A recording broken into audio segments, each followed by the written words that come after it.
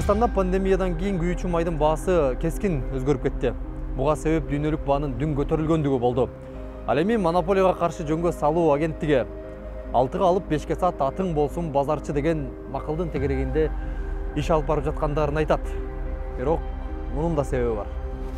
Мындан сырткары май куюучу жайларга кардарлар тарабынан нааразычылыктар күчөдү. Буга алардын майды толук куюп бербей жаткандыгы себеп болууда. Биз коомдук журналисттин алдыңкы мүнөттөрүндө май куюучу жайлардагы нарк жана нааразычылык тууралуу көргөзмөкчүбүз.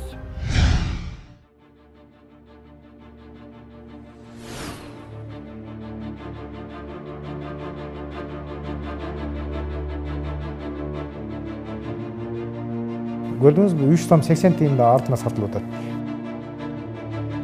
Плановый текшерүү жүргүзгөнгө деген укугубуз жок. Биз неге жооп беребиз? Дагы 125 грамм недалив. Албайбыз деп айттык, артка берүүгө деп. 125 грамм недалив. Сен да жайсырып. Көшүрөбүз. Жана сөздү Мына кыргыздар ушундай кыйынсыңар да бирден көсөрө камерага көтөрүп чалып эле тартып эле койгой. Мисалы бул жакта кыргызчасы менен түшүндүрмөсү болуп 2200 сомдон бир күндө пайда табышат экен да.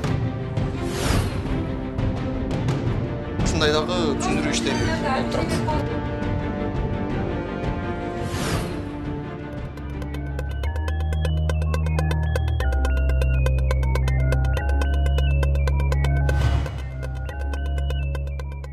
Май куюучу жайларды текшерүүгө алып жаткан учурубуз атайын аппараттын жардамы менен бирок ошол аппарат канчалык деңгээлде уруксат кагаздары бар, деги эле ошол аппараттарга ишенүүгө болобу деген дагы суроолор ар бир жаранда ошо май куюучу жайдын кызматкерлерине сөзсүз түрдө туулушу мүмкүн.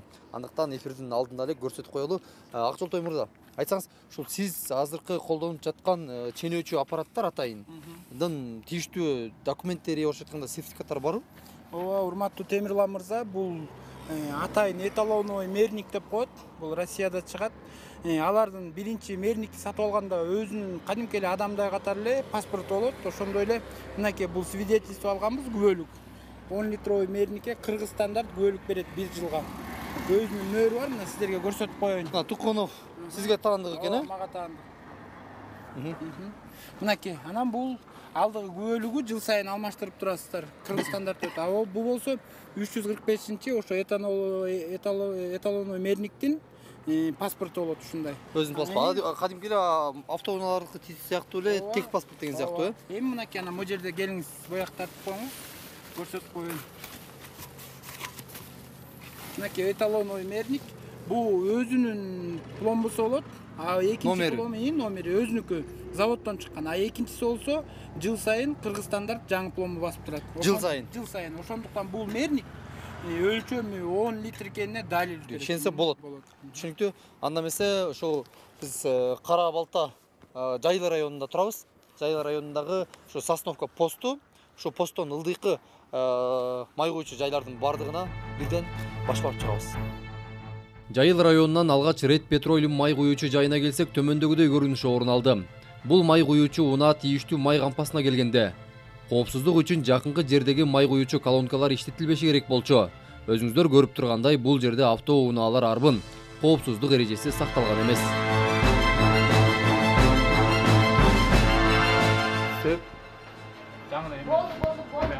Келгенде аны 15 мүнөт болду келгенине. Машинаны. Ал баштан элек. Көрдүңөрбү өзүңүздөр, биз келдик, келери менен жабышты.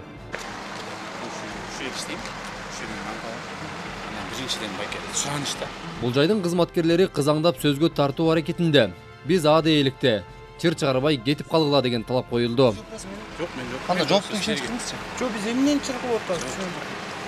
Чыр башталды, чырды сүйлөшүңүз. Жок, камера өчүп кетти бул прямой досун. Биз мыйзамсыз иштеп калган жок. Сатыңыз кимге? Атыңыз кем?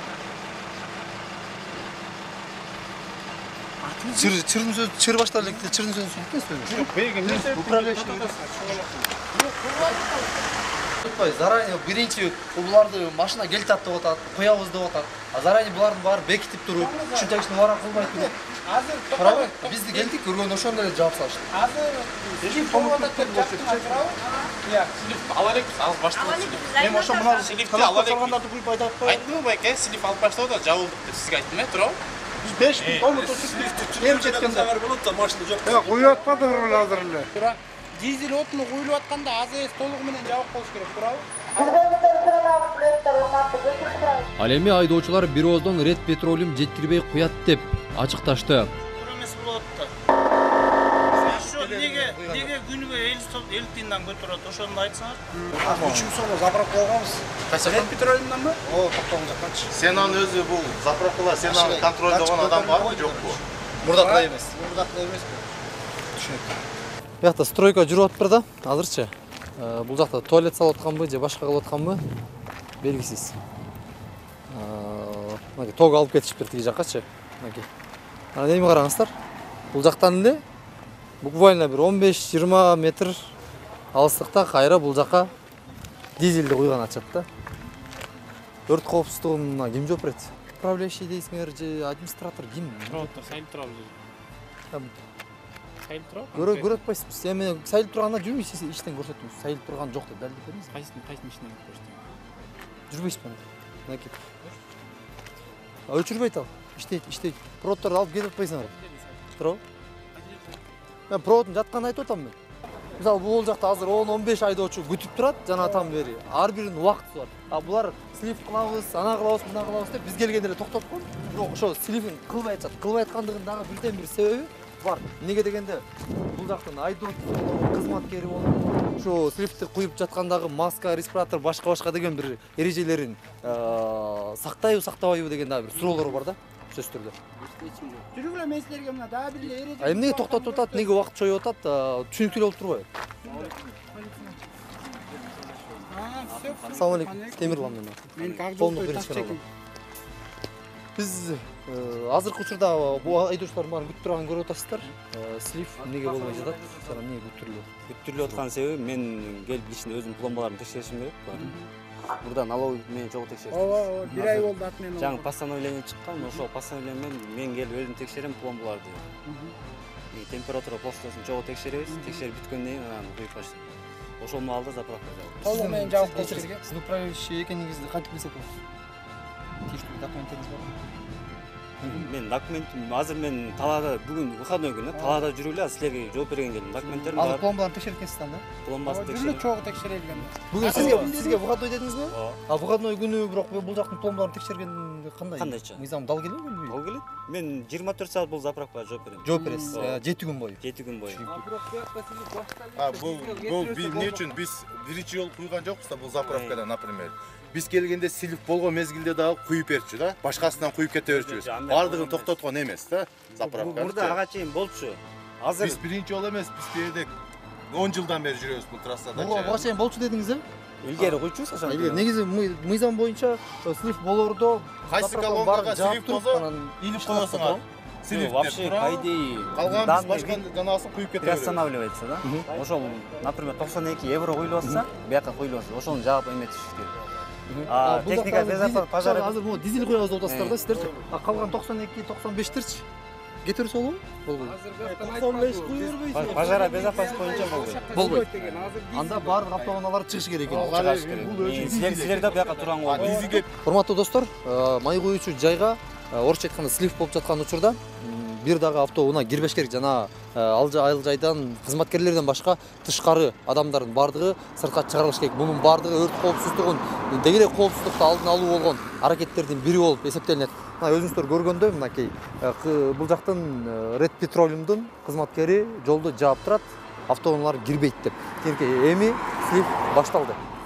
Бирок слив кандай түрдө башталат, кандай процессте жүрөт, аны жогоруда айтып өтүштү. Бирок биз буга чейин келгенде бунун ичинде дээрлик 10-15 автоунаа бар болчу. Ошол эле слив кыла турган дагы чоң автоунаа бар болчу. Биз келгенден кийин мыйзамдуу кадамдарга өтүштүк.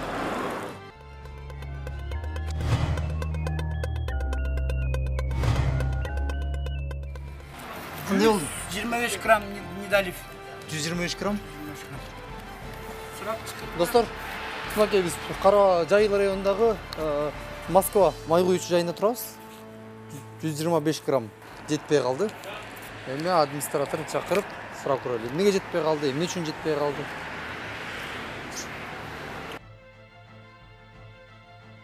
Көрдүңүзбү? Эми биякта ким жоопту чыгып коңуздар бирөөңүздөр. Недалив болуп атат, Недалив. Биякта аз биз только рабочийлер өтө албайт. Саламатсызбы, менин атым Темирлан, коомдук биринчи каналдан келип. Кечиресиз, жаппаңыз. Сиз жооп бериңиз мага. Эмне Недалив? 125 грамм Недалив болду.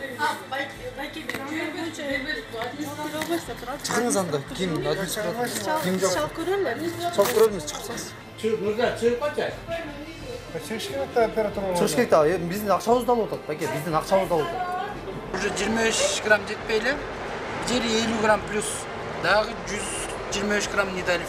Жайыл районундагы Москва май куючу жайына 5 литр куйганбыз, 125 грамм жеткен жок. Андыктан биз бул бензинди албайбыз деп айттык, артка берүүгө деп. Бул биздин сатып алуучу катары мыйзамдуу укугубуз болуп эсептелинет.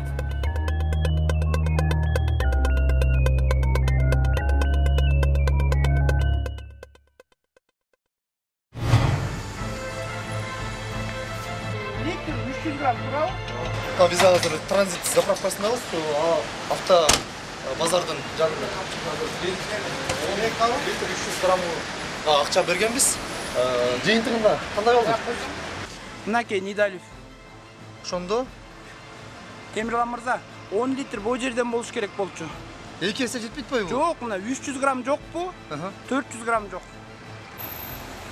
Урматтуу достор, мынакей биздин чек 571 сом 65 тыйын. 10 литр 300 граммга. Бирок чоңуз жетпей атат да, 400 грамм жетпей атат. 400 грамм Недалив болуп атат. Канча убакытта келет? Биз күтө албайбыз, убакыт аз. 400 грамм канча сом эсептеп берсеңиз, калькуляторуңуз менен өзүңүздүн. 22-20. Канча сом? 22 сом 20 тыйын. 22 сом 20 тыйын дейт да. Болжол менен күнүгө канча автоунаага заправ май коесуздар? Болжол менен. Азыр жол бул жакта жол оңолду атканда. Жок, түшүнүктүү. Болжол менен бир күндө канча автоунаага май коесуздар? Ар кандай болгон, мисалы, минимально. 100-ün тегергенде, түшүнүктүү. 2200 сом. Күнүгө, урматтуу достор, эң эле минималдуу баа менен эсептегенде 2200 сомдон бир күндө артка пайда табышат экен да. Бул факт. Азыр эле мына 400 грамм 22 сом болуп эсептеди, күнүгө бир 100-ün тегерегинде эле автоунаа келип май куят дешти да. Мисалы, жок бул аябай минималдуу эсеп менен эсептеп атканда кызда. Күнүгө 2200 сомдон айдоочулардан пайда көрүшөт экен да. Мынакей биз азыр объездойдогу жана Махатма Ганди көчөлөрүнүн кезишиндеги бренд май куюш жайындабыз. Бул жакта 92-95 иштеп кеткен, 80 иштейт экен. Мейли 80ден куюп бериңиздер деп. Азыр мына 5 литр. Канча айттык? Текшерип көрөбүз. Счетчик канча болду? Счетчик 3 болду. 5 болду дейт. Бизде 5 тейин десек, биякта кандай болгон? Жетпейт ошо. Бизде такыр эме илинбей да калды го. Болду биякта жүрбөй. 200 грамм эмес таган. 200 граммдан көп эмеспи? 200 грамм деп койчу. Ошон үчүн жанагы 300 грамм куйдуруп атканыбыз ошо да. 1 литр куя 300 грамм.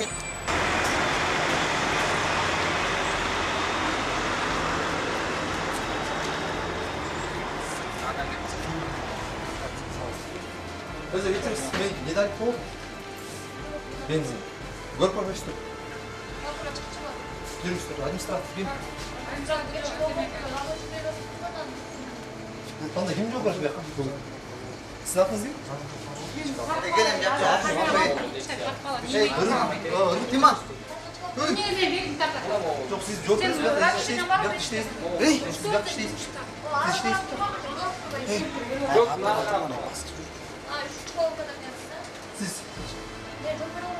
Siz akşam siz menden siz almadınız mı? Мен жооп бере албайм. Жоқ, ақшаны менден siz албадыңыз мı мысалы? Мен тартпаңыз деп дагы жол айтып эмес. Мен Тартабыз, неге тартпайт дейміз? Недалив болуп атат бул жакта. Айдоочулар өзүнө көрсөңөр, жүгүнгө көө болсоңор, 5 литрлик көө болсоңуз, жүрсөңүз. могу жер болду. Азыр моунун түбүндө жүрүп, мына көзүңүз ышкалып эле карап көрсөңүздөр койду. Жеткен да жок. Ылдый жакта жүр. Оператор ким ой, оператор? Эч ким өзгөрбөйт. Азыр барып чыгып атабыз да. Күндүз рабочий время, когда чоңдор барса, администратор барда, келип текшербейсизби? Биз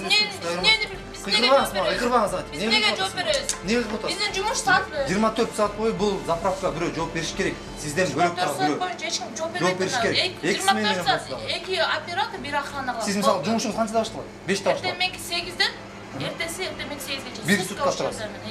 Бул жака жооп бере турганда давир өтүш керек. Нет, администратордун жумушу эртең 8-ден кечки 6-7ге чейин кетет.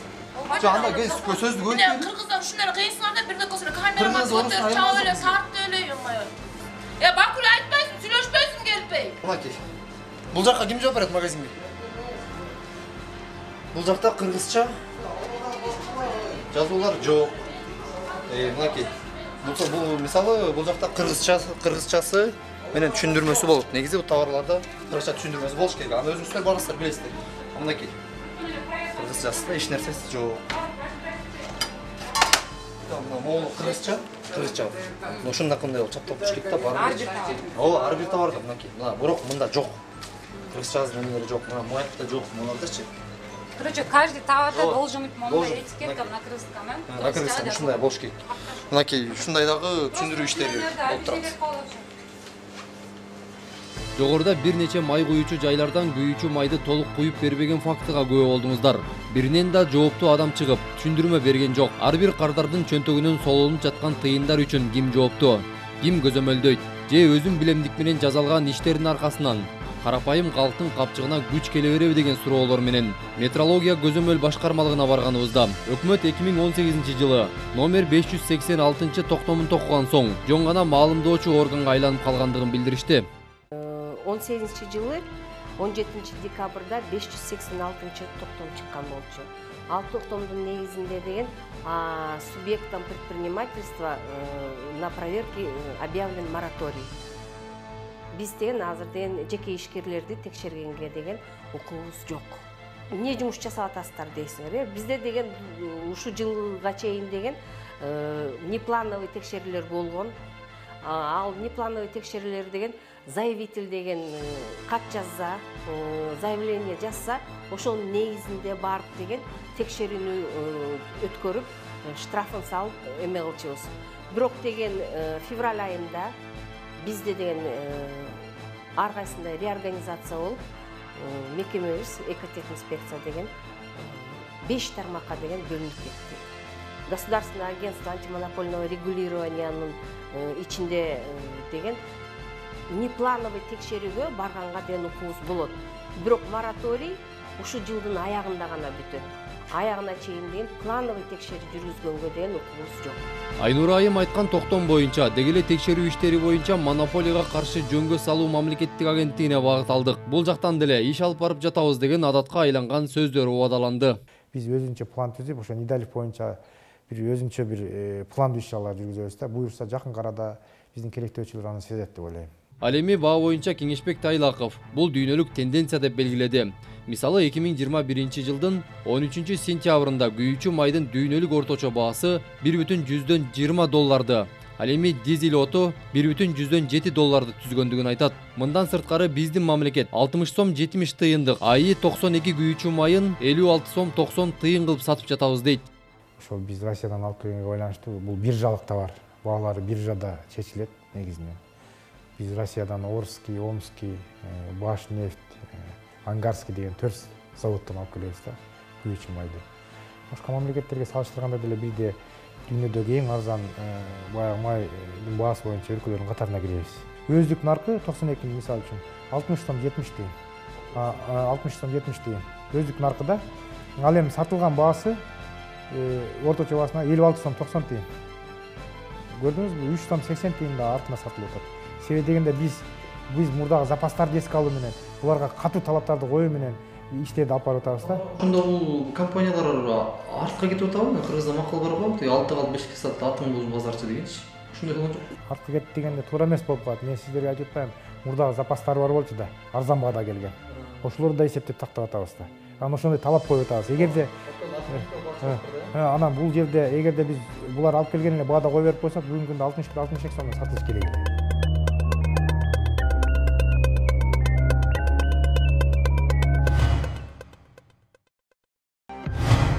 Токмогу күчтүү болсо кийиз казык жерге кирет дейт.